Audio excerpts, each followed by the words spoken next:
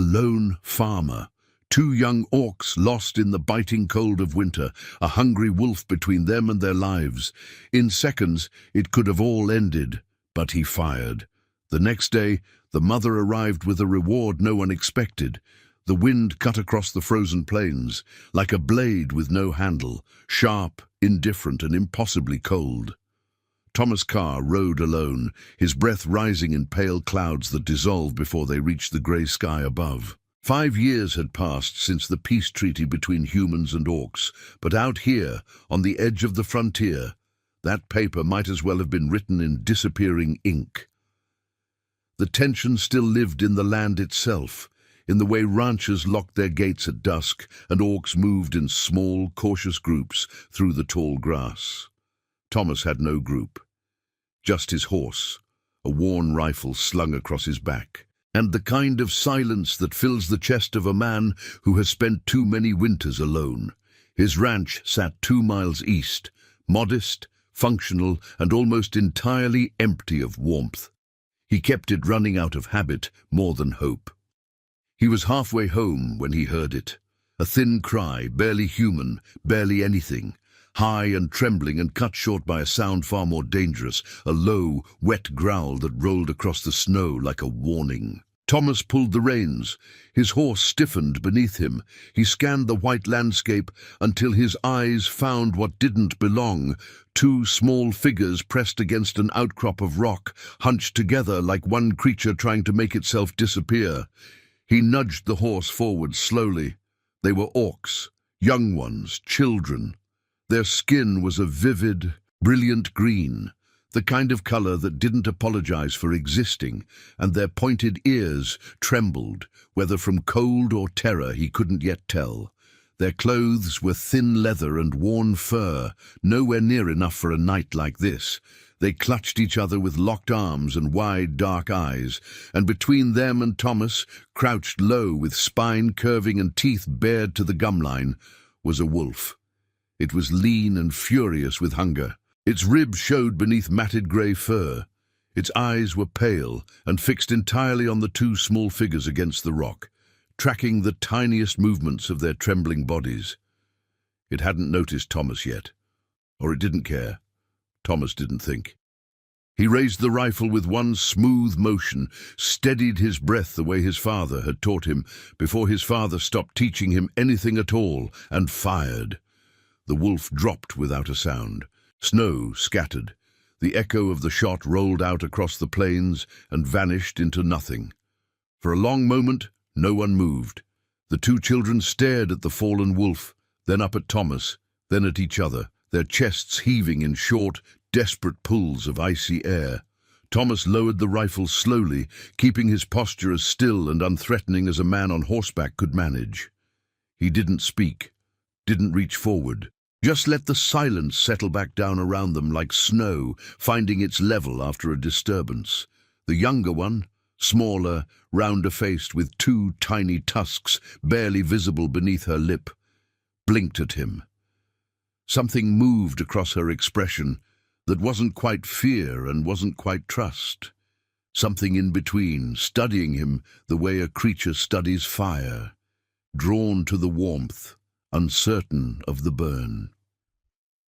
Thomas looked out across the plains. The light was already going grey at the edges. The temperature would drop 10 more degrees before midnight. He looked back at the children, then down at the dead wolf, then at the darkening sky. Whatever those 2 were waiting for hadn't come, and the night was not going to be kind about it. He slid down from the horse and crouched in the snow, making himself smaller, and waited for them to decide.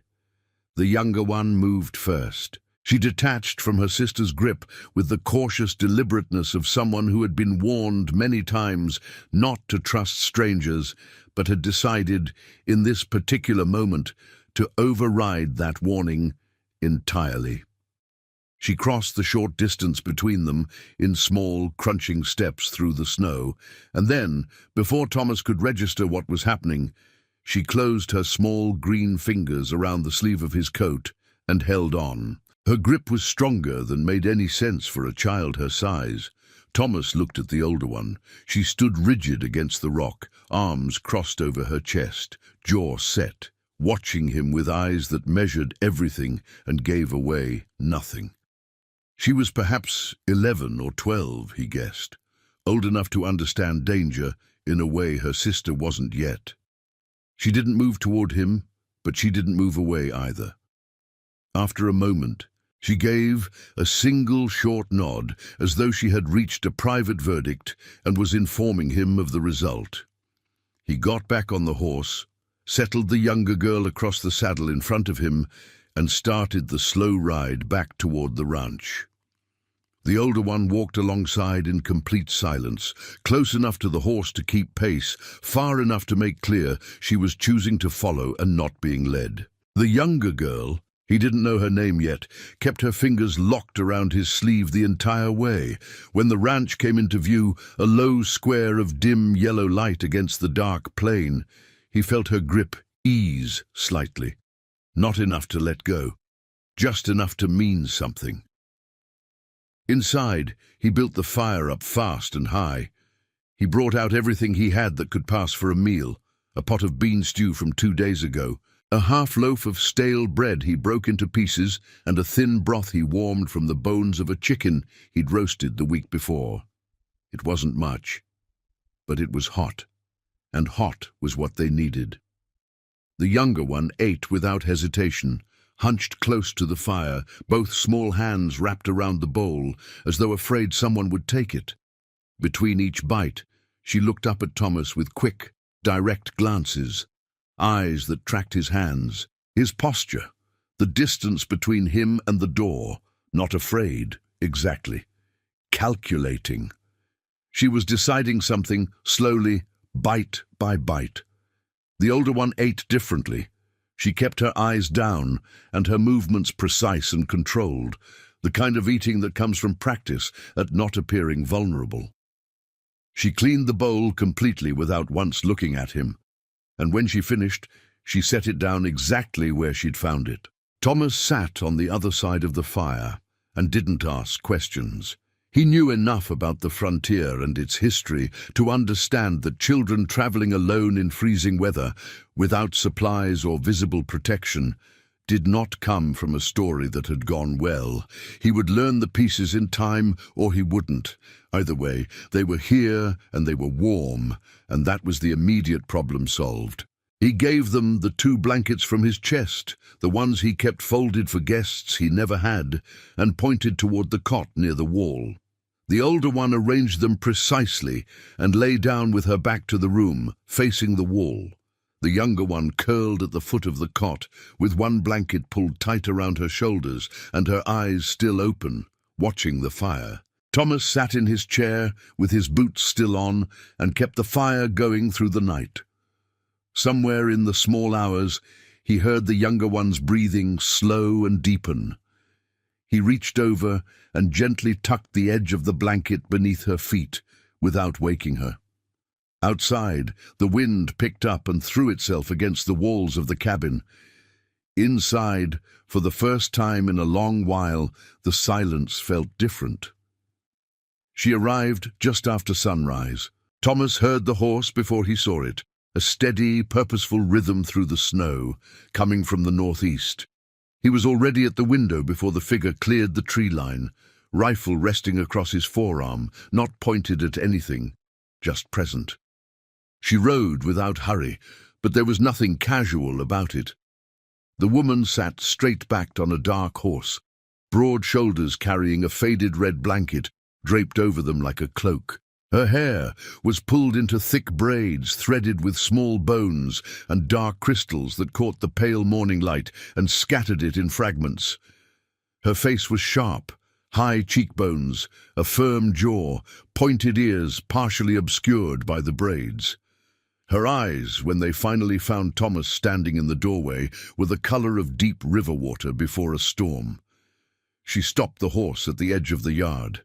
For 3 seconds, nobody moved. Then the cabin door burst open behind Thomas, and both girls came through at a dead run, crashing through the snow without boots, the younger one shrieking something in the Orc language that Thomas didn't know, but understood without translation. The woman dropped from the horse before it fully stopped, landing on both knees in the snow. And she caught them both with her arms and pulled them against her chest with a force that shook her whole body. She didn't make a sound. Her face pressed into the younger girl's hair, then the older girl's shoulder, then back again. Her arms stayed locked around them for a long time. Thomas stayed in the doorway and looked at the middle distance and gave them the moment. When she finally rose, there was snow on her knees and something complicated in her expression. Relief layered over exhaustion, layered over a grief that clearly predated last night. She walked toward him with steady steps, the girls flanking her on either side, each holding one of her hands. She stopped a respectful distance away and looked at him fully. "Thomas Carr," she said. Her accent was thick, but her pronunciation careful, like someone who had learned the language later in life and worked hard to be understood. He nodded slowly. "Jara." One of the girls must have told her his name, or she had asked someone in the area, or she had known before she arrived. He couldn't tell which, and it didn't matter. She spoke in short, deliberate sentences.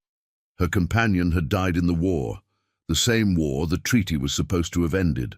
Her clan had fractured in the aftermath, scattered by the pressures that came after peace, the same way some storms are worse after lightning than during it.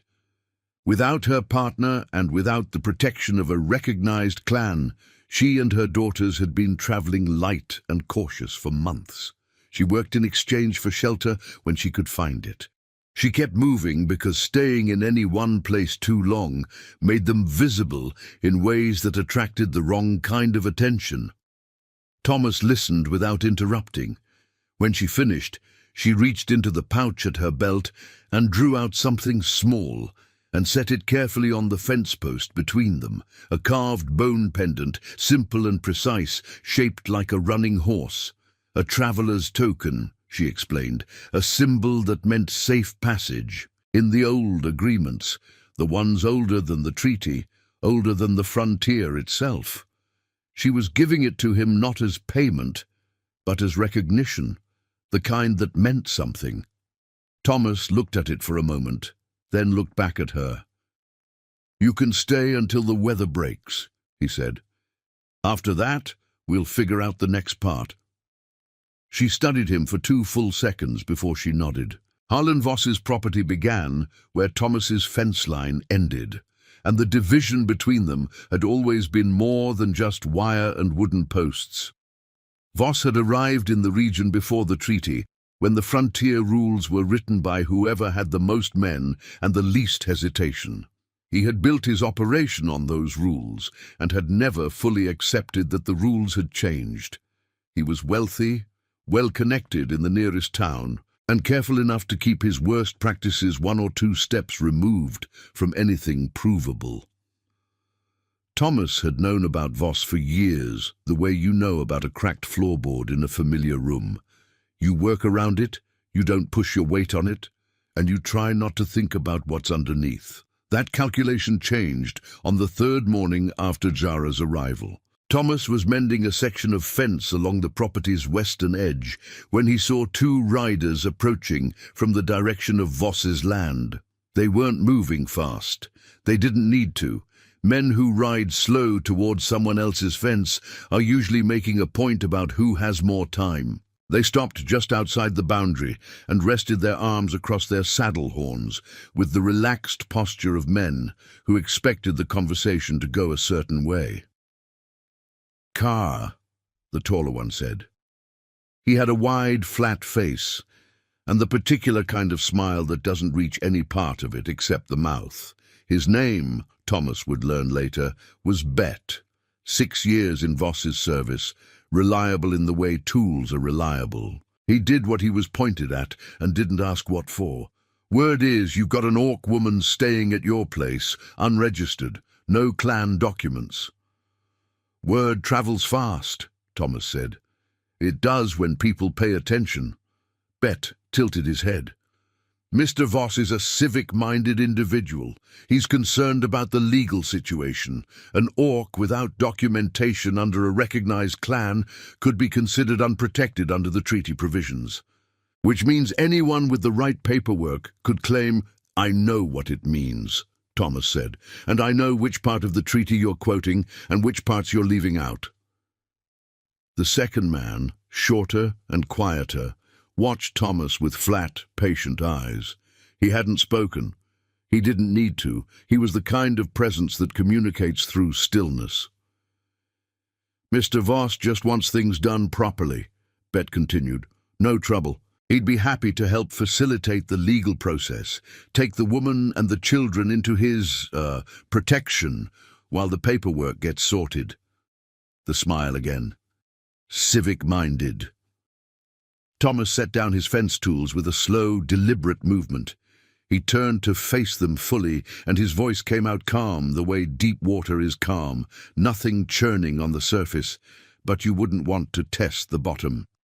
"You can tell Mr. Voss that the situation on my property is being handled according to the treaty provisions I'm familiar with.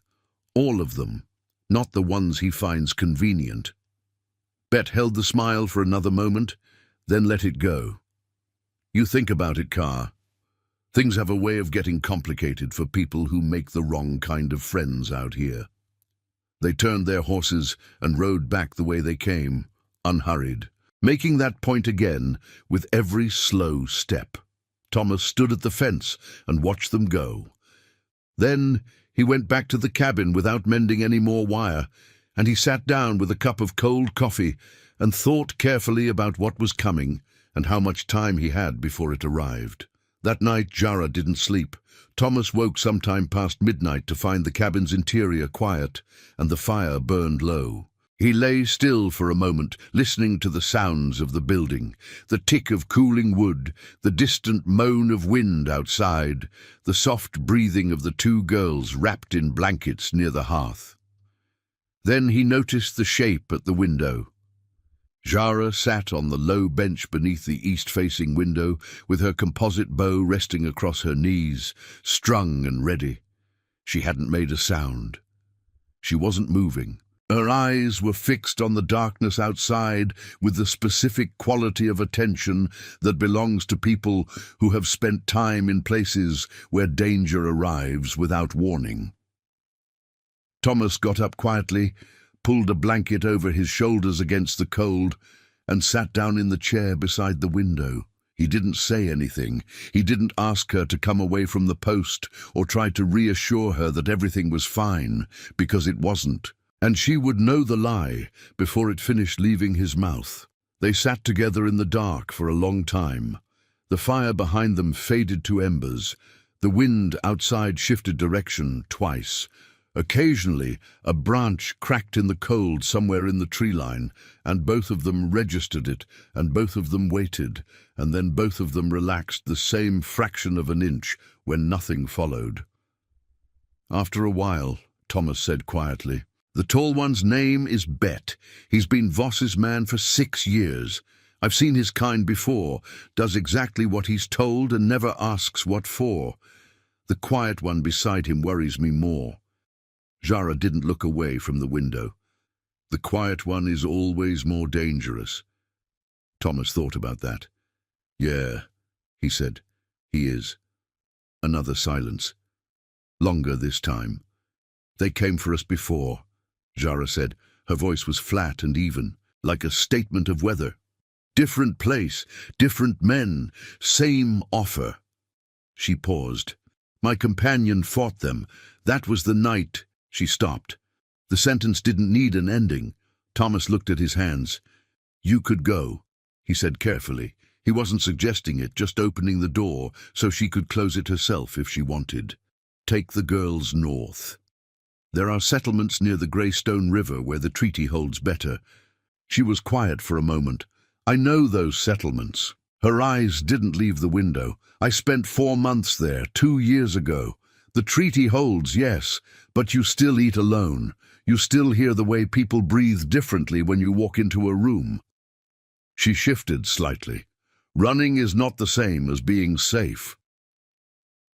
Thomas had no answer for that, because it was completely true. Across the room, Vora murmured something in her sleep and pulled her blanket tighter without waking. Graka's arm shifted and settled. The embers in the fireplace pulsed once with a breath of air from under the door, and then went steady again. Thomas got up and added 2 logs to the fire. He came back to the chair and sat down again. Jara was still at the window, still watching. "I'll take the first watch," she said. "You sleep." "I'm already awake," he said. She looked at him for the first time since he'd sat down. Something passed across her expression, brief and private. Then she turned back to the window. They kept watch together until the sky at the eastern edge of the plain turned a dim, cold grey, and the darkness finally let go of the land. The pressure from Voss didn't come all at once. It came in pieces, the way certain kinds of damage do, quiet and cumulative. Each piece small enough to dismiss on its own, large enough to matter when added together. The first piece arrived on a Tuesday morning. Thomas loaded his winter grain into the cart before dawn and made the 2-hour ride to Voss's mill, the same as he had done for 3 years. It wasn't a good arrangement. Voss charged more than the work justified, but it was the only mill within reasonable distance. When he pulled up to the gate, the mill foreman came out to meet him with the expression of a man reading from a script he didn't write. The mill was at capacity. "Very sorry. Maybe try again in spring." Thomas sat on the cart for a moment and looked at the foreman, who looked at his own boots. Then Thomas turned the cart around and drove home with his grain and didn't waste energy being surprised. The following week, 2 buyers who had standing agreements to collect cattle from his ranch sent no word and no men. Thomas rode to town to ask why and got the same uncomfortable silence from both of their representatives. Circumstances had changed. They were sorry. No hard feelings. Then came the rumors, delivered second-hand by Hendricks at the general store, a cautious woman who repeated things she'd overheard as warning rather than gossip, that Thomas Carr had gone strange, that there were dangerous animals at his property, that no one ought to do business with him until things got sorted out. Jara came to understand the pattern before Thomas named it aloud. She was watching him one evening as he sat at the table going through his accounts, marking columns that no longer balanced, and she said without ceremony, "He is drawing a circle around you, smaller every week." Thomas looked up. "I have seen this before," she said. She was braiding Vora's hair near the fire, her fingers moving steadily, her eyes on him. "Not with cattle and mills, but the shape is the same. First he takes away the things you rely on. Then he waits for you to become desperate. Desperate people make choices that give him what he wants without him having to take it." She paused. "He will come when he believes you have nothing left to lose by giving in." Thomas sat back in his chair. "How much time do you think we have?" She considered. "Less than you'd want, more than you'd fear." He nodded slowly. Then he got up and went to the lockbox under the floorboards and counted his remaining ammunition. It wasn't much, but it was something. He put it back, replaced the board, and sat back down at the table. He wrote 3 letters that night, one to a lawyer in the county seat he had met once at a land dispute hearing, one to a former frontier guardian he trusted, and one to the territorial administrator who had overseen the original treaty negotiations. He didn't know if any of them would arrive in time to matter, but Jara had given him the shape of the problem, and now he could work with it. The storm came in from the northwest on a Tuesday night, which Thomas had not expected, and Jara had. She'd been watching the sky since midday, the particular color of clouds that meant snow with intention behind it. And by late afternoon, she had quietly moved everything of value away from the window shutters and checked both door bars without being asked. Thomas noticed this the same way he noticed most things she did, slightly after the fact, with the mild surprise of someone realizing the competence around them had been there all along. By the time the snow started falling in earnest, visibility had dropped to 30 feet, and the wind was loud enough to cover the sound of approaching hooves. Which was, Thomas suspected, exactly the point. He was sitting with the rifle across his knees and his back to the far wall when the shapes appeared in the white. 4 of them, mounted, with torches that barely held against the wind. They arranged themselves in a loose arc around the front of the property with the practiced spacing of men who had done this before. Thomas stood up and opened the door before they reached the porch. The torchlight picked up the snow between them, millions of falling sparks in the orange glow, and at the center of it stood Thomas with the rifle, and a half step to his right and slightly behind, Jara with the bow already drawn. Behind her, partially framed in the doorway, Graka held a bone-handled knife in a two-handed grip, her feet planted and her face completely still. The lead rider pulled up. It was Bet. Grey coat dusted white with snow, sitting straight in the saddle with the practiced ease of someone who had done this kind of work before and expected it to resolve the same way it always did. He called out over the wind with the loud, neutral voice of a man reading terms. Thomas Carr was harboring unregistered Orc migrants in violation of the Frontier Settlement Acts, specifically subsection 9 regarding unaffiliated persons of non-human designation.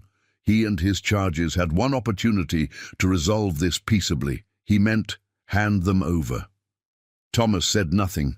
He held the rifle in a grip that was neither threatening nor relaxed, which was itself a kind of statement.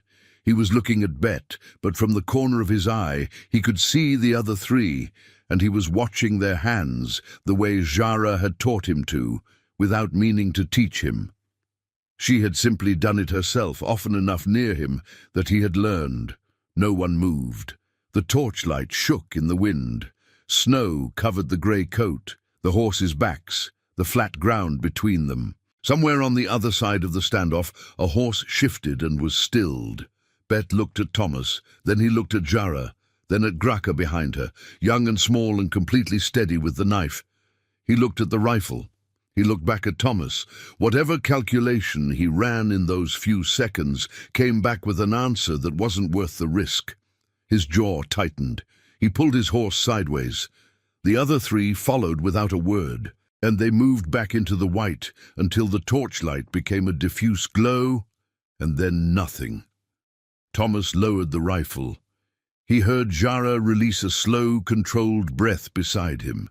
Then he felt something close around his belt, just above the hip. He looked down. Vora had come out of the cabin at some point without anyone noticing. She stood at his side in her blanket and bare feet in the snow, one small hand holding onto the fabric of his coat. She wasn't crying. She wasn't shaking. She was looking out at the place where the lights had disappeared with a calm, serious expression that belonged to someone much older. Thomas stared at her for a moment. Then he turned back to the darkness, and the 3 of them, the man, the woman, and the small girl between them, stood together on the frozen porch until the storm closed over the tracks and the night went quiet again. Thomas found the treaty document in the morning.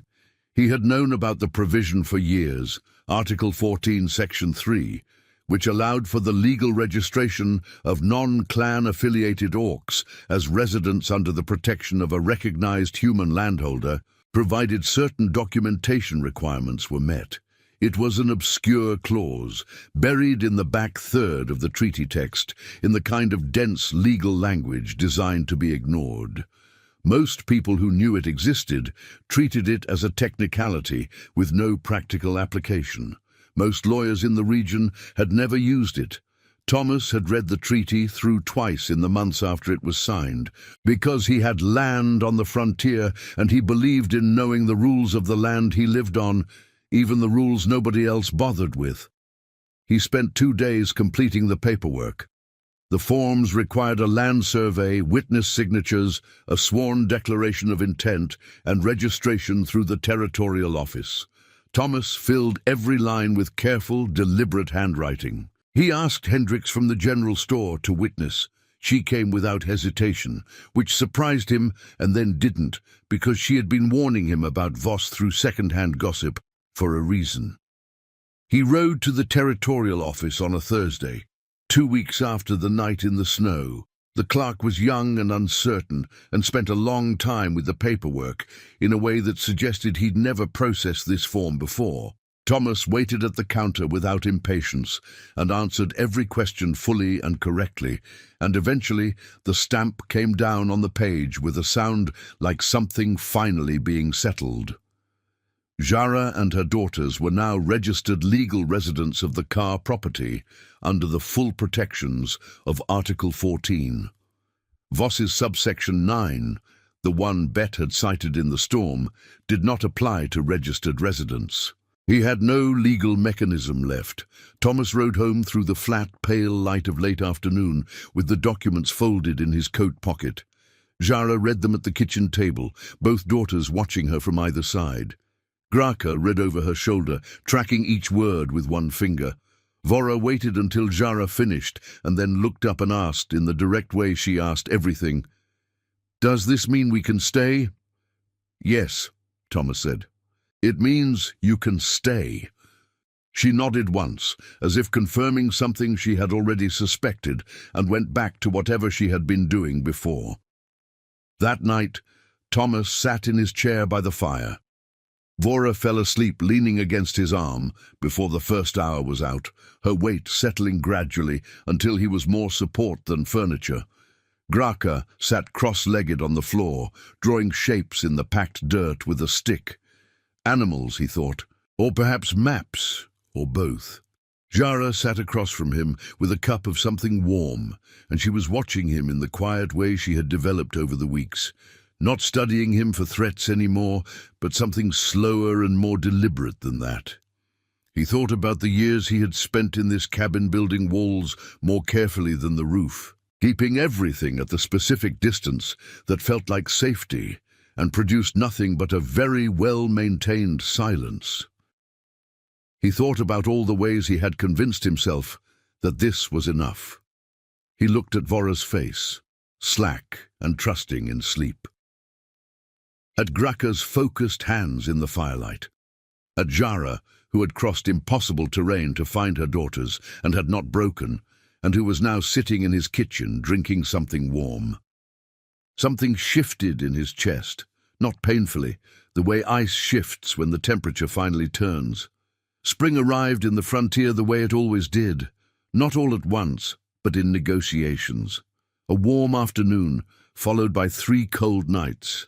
The first mud, a single flower at the south edge of the fence that had no business being there yet, but had appeared anyway, indifferent to the schedule. Thomas noticed it on a morning in late March when he was walking the property line to check the fence posts after the winter. He stood there looking at it for a moment, then kept walking. Life on the ranch had settled into a shape he hadn't anticipated, but recognized as real. Jara was awake before him most mornings, already in the yard, already moving with that purposeful efficiency that seems to be the default setting of someone who has spent years ensuring their own survival. She had taken over the management of the horses without discussion, because she was better at it, and they both knew it. Graka had, over a period of weeks, migrated from wary observer to reluctant participant to something approaching ownership over the kitchen garden, which she tended with the same controlled intensity she applied to everything. Vora had simply decided, at some point no one could exactly identify, that Thomas was hers, and conducted herself accordingly. Voss remained. He had not come again after the night in the snow.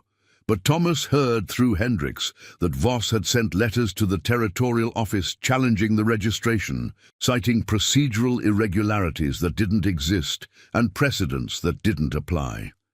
The territorial office, to its credit, had returned the letters with a single response. The registration was valid and final. Voss had not replied. It was not over, exactly. The word in town was still complicated. There were still people who crossed the street when Thomas walked with Jara and the girls, people who found somewhere else to look. The frontier's invisible borders, the ones written in habit and history rather than ink, didn't disappear because a document said they should. Thomas knew this. Jara had always known it, but the knowing didn't make the present moment smaller. On a Saturday in early April, the four of them rode together into town for supplies. Thomas and Jara on horseback, Graka and Vora in the back of the cart. It was the first time since the registration. Thomas kept his posture even and his pace unhurried. Jara rode straight-backed with her braids catching the spring wind, completely composed, acknowledging no one staring and missing nothing. Hendricks met them at the door of the general store and helped them carry the supplies, without once making it a statement, which was, in its quiet way, a statement. On the ride home, Vora leaned over the side of the cart and let her fingers trail through the new grass, beginning to push through at the road's edge. Graka watched the sky with her usual serious attention, cataloguing the clouds the way she catalogued everything, for information, for patterns, for knowledge that might someday matter. Thomas looked at the road ahead, then at Jara riding parallel to the cart, her profile sharp against the pale spring sky. She turned and met his eyes for a moment. Nothing was said, nothing needed to be. Behind them, from somewhere in the direction of Voss's property, a rider appeared on the distant ridge, single figure still, watching. Thomas noted it and looked forward again. He had stopped being afraid of what Voss might do and started thinking about what Voss might try, which was a different and more useful frame. There were still articles in the treaty he hadn't fully mapped, still provisions that remained unused, still work to do. The ranch came into view at the end of the road. Smoke was already rising from the chimney. Graka had jumped down early and run ahead and had apparently decided a fire was needed. It probably wasn't necessary. The afternoon was mild, but it was warm to look at from a distance. That small column of smoke rising steady and unhurried against the wide sky, and Thomas watched it all the way home.